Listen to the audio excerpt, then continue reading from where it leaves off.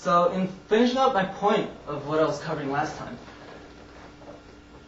the significance of money is that it's the closest thing we have to a way of reliably interchanging time between individuals, of keeping track of time. The word money actually comes from the... If we didn't have the word money traditionally, we use the word monitor, because it's actually the same exact word, moner. It literally just means a tracking device. And it's not a tracking device like fucking, like a GPS bracelet. It's more of an accounting device. It's an accounting device. It's a way for us to think in a way that has a systematic efficiency to it. The same reason why we have numbers, the same reason we have notation for music. The use of this money, which is actually just like a worldwide abacus, that we all have beads, and we're all just basically shoving beads back and forth with one another, and getting whatever exchange necessary, and interchanging time and services with one another. You appreciate the services of person X. X appreciates the services of person Y. X works for you and is able to get in exchange a token for the amount of time he puts in to serving you. That token is then given to person Y. So then Y produces whatever person X wanted, and then person Y could then take that token and give it to you, and for whatever whatever services you can provide to person Y. And then ultimately, within the three of them, they got everything they wanted. That's complete and total freedom, and that's what life is all completely about. And everything that you think about money, I mean, not you, I mean, I don't know whatever proportion of people are going to listen to this. Whoever you are who think that money is all evil and everything, is all guilt by association. And it's by the same exact means that I explained before. It's because money is corruption. I mean, nowadays it is. Because we live in... Fresco says that money is debt. Bullshit. That's a very convenient revision of history right there. That's a very convenient filtered reality. Like Andrew Jackson in fucking 1836, 1837, whatever the heck, he abolished the debt. He didn't abolish it with a fucking, sign of a pen. He abolished it by guiding the economy out of the debt. They paid off the national debt, meaning that the nation no longer owed money to anyone else on the planet. What happened to them? Did it mean that they didn't have money anymore? Did everyone just fucking stop working and everyone just died, and now we're just living in fucking their imagination as they're basically in the last moments of blood are leaving their veins? No, life goes on. Money isn't debt. That's a lie. Money is just a particular device that we all use as a lowest common denominator of exchange, and because we have a lowest common denominator of exchange, it makes exchange easier. That's my phone. But yeah, so the lie, the premise that you have to accept, all these premises that you have to accept Fresco's worldview, the idea that money can only exist in the form of debt, is completely false. Between me and Jeff, if we decide to create a personal system of IOUs, we have created money, and that way, we can make sure that every single week the dishes get done, or the heck of the, or every single, if I need to hire Jeff and I don't have the money for it, Jeff could actually give me a loan in terms of his time and say, hey, you owe me a favor. And if he wants to write if he wants that in writing, then I'll write, yeah, I owe Jeff a favor.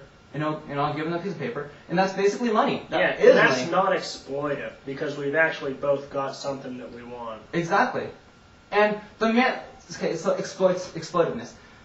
The only way that exploitation, exploitation, God, yeah, thank you. Exploitation occurs is through impersonal exchange. When you have a landlord in Japan and a tenant in Germany, the landlord in Japan doesn't give a fuck about the person in Germany. All he sees is a bottom line. So what happens is that he will always look to have that bottom line be as large of a sum of money as possible, because he has no personal empathy for whoever happens to be the tenant of his house in Germany. The closer you are to a free market, the less you have these institutional remote columns of power dishing out commands from the top down to all the grunts at the bottom, completely impersonally, the more you're going to have awful people treating each other awfully. It's because what it does is it breaks down the layer of sympathy. Between me and Jeff doing exchange with one another, the chances of us doing like heavy exploitation is fucking nil. Because I'm not gonna, he's my friend. I'm not gonna fucking rip him off, you know? But I'm gonna rip off fucking, if I have the opportunity, I'm gonna rip off Sears. I'll rip off Fresco. I'll rip off Fresco. I'll rip off somebody in Canada. Maybe I will, maybe I won't. It depends on the situation. But I will not rip people off who are in my community that are interconnected with me because I'll feel bad. I'll have to see it.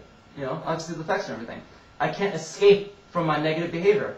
So the reason why bad things happen, again, is not because of money. It's guilt by association. It was because of the rise of the corporation and the obsession that everyone has with institutions nowadays. And that everything has to be done through institutions. And institutions are these dry, basically Agent Smith-like societies where everything is all just coordinated and systematic, and it's all about just, achieving its results, processing via its script, pretty much.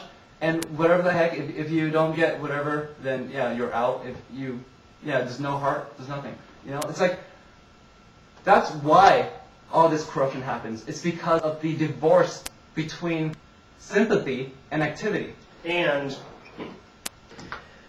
the lack of competition as well. Contrary to what Fresco believes, competition is not like war. Alright? Competition is what keeps people honest. If someone can try and sell a book for $40, someone else can sell that book for $30, the guy who sells it at the lower price is going to win out, right? And the consumer, me, is going to get a better deal. And the more people selling this book, the better deal I'm going to get, to where I can get this book at the best possible price, and they can still profit off of it. And they'll find creative ways to do it more efficiently. Yeah, that's progress. That's really what drives progress. Increased efficiency is by definition progress by any extent. Yeah, and this is exactly what drives progress, which is what Fresco wants. And Fresco has this skewed perspective as well that we touched on earlier. That I'll tell you, if you want to start your own business and all you care about is making as much money as possible, and you just want to fucking cutthroat and you want to just do whatever the hell to just basically shake down whatever the heck walks through your door as much as possible, you're not going to be around very long. You either get killed by an angry mob. No one's going to come back to your business. You might be able to survive as some kind of weird tourist trap. But even with the internet nowadays, you'll be reported and you'll be either you'll be appreciated as some kind of a gimmick. Everyone will hate you and it'll be fun to visit you just because you're hated, or you'll be shut down because everyone will know better than to visit you. The best, quote, capitalist, and that word is a misnomer anyway. Adam Smith never even used the word capitalism. Capitalist, not even fucking like a school of thought, The best businessman is a man that dedicates his life to serve everybody around him. Because what he gains, isn't really money. What he gains is a faith of his community. And so long as everybody in the community believes in him and thinks he's a great guy, and he is doing everything he can to better serve them, they're going to keep coming back. And he's going to always be taken care of because the community loves him. And that's the way the free market works. And yeah, as far as to say that in a monetary system, no one can be honest, I think that tells you a lot more about Fresco than anyone else. It's kind of like some, I've seen like a Catholic priest or something holding up like the 10 Commandments and just saying how without this thing, he would be, we'd all just be raping one another and killing each other and stuff. Yeah, I don't think so. I think I would have had better sense not to rape everybody and kill everybody if it wasn't for the 10 Commandments. And maybe, he doesn't. Maybe that's why he needs the 10 Commandments, whatever. Or it's kind of like, I guess, someone saying it's like, well, I couldn't help but to have gay thoughts because I was surrounded by naked men. That to say something like that and to presume that everyone else is just like you, is actually really tactless. He's actually admitting a lot more about himself than anything else. I know plenty of businessmen who are very honest, and they're basically people who aren't corporate. Normal businessmen, mom and pop shops are always honest. They're always the most lovely people that just want to be helpful. Yeah, and that's another mistake Fresco makes. He keeps on talking about corporatism, which is pretty much like government marriage with business. And he talks about all corporate crimes, and he attributes that to a monetary system and to, business in general, in exchange. No, corporatism is its own monster. Corporatism is the opposite of capitalism. Yeah. The very existence of a corporation is the existence of government intervention in the free market. Yeah. Corporations are something that a ma and a pop, a son and his father, scrap together in their garage. They have to go through a legal process. We should. Anyway, yeah, we're running out of time, so yeah, we spent a lot of time here, so until next time.